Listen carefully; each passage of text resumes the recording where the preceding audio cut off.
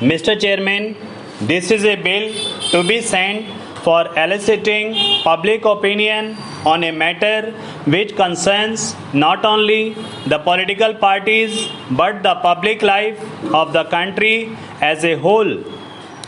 My approach in this matter, subject to public discussion and conclusions arising out of it, is somewhat different from what has been said by the two previous speakers. Right at the beginning, I should like to make it clear that I am in favor of cheap elections. I want to rule out money as far as possible from the context of the processes of our parliamentary institutions and democracy, because money has undoubtedly a corrupting influence. I wonder that will happen if these restraints were not to be revoked. Would that lead to honesty and elimination of big money in election affairs?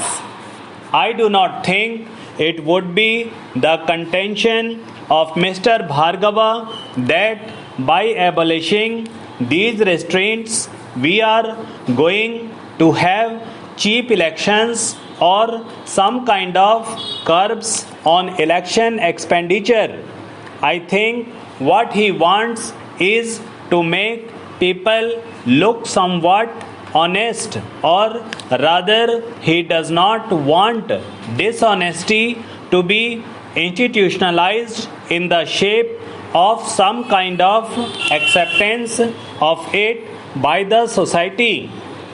His approach in this matter essentially is somewhat moral, but it suffers from illusions.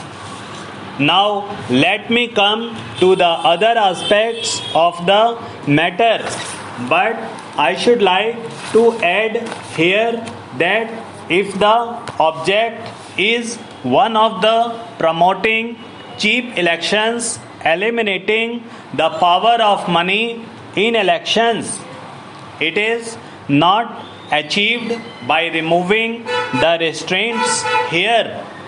You may have the consolation that some people who are behaving dishonestly are asked not to behave dishonestly by making dishonesty, in this case, the law of the land, and dishonesty therefore is naturally the use of money to influence the voters.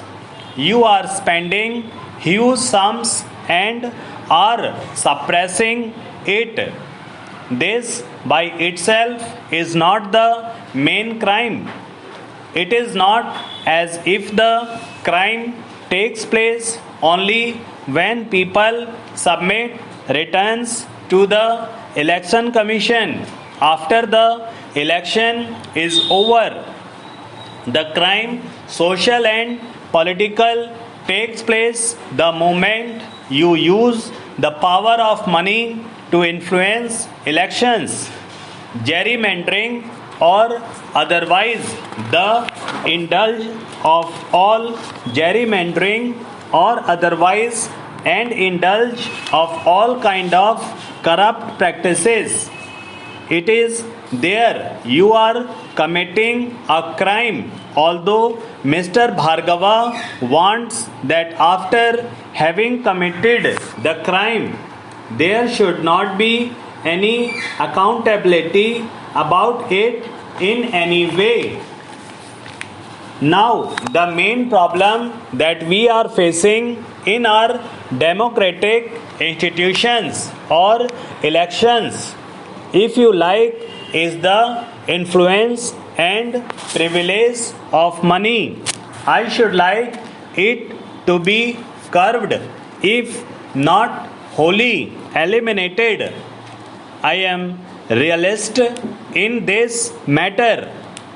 As long as the capitalist classes remain as long as wealthy remain, as long as the haves and the have-nots divided the society, money will have its part to play.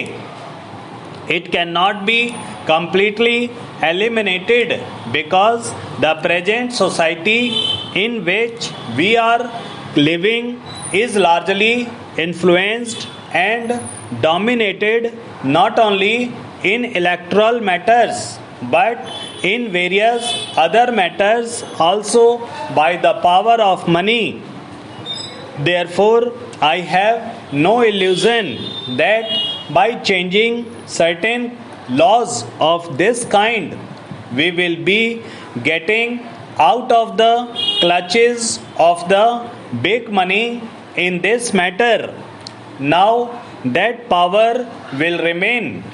All that we can do now by legislation and otherwise by practices, conventions, etc., is to reduce that power of money, that impact of money on our political life, whether it is election or something else.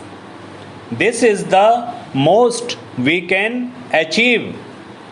Now I ask, can we achieve this thing by accepting the suggestion that Mr. Bhargava has made?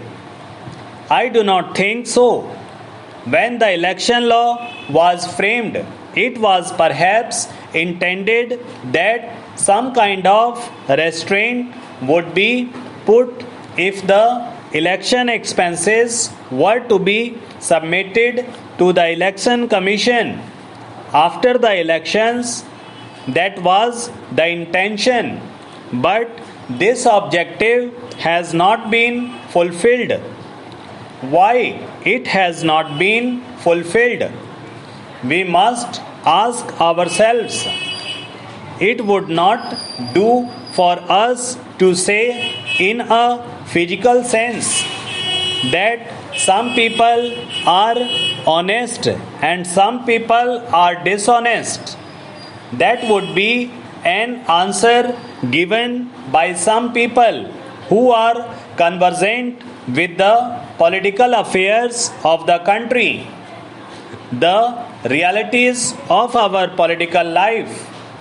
This objective has not been fulfilled because, in the first place, the ruling classes in our country who are in the control of our state, of our economic life, and so on, want to get things done largely with the power of their funds and money.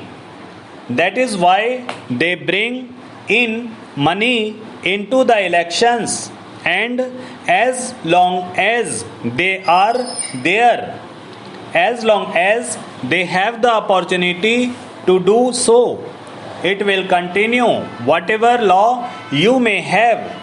How is it that the Congress leaders who used to get elected in the old days, in the days of the British, without spending anything, now have to spend so much money?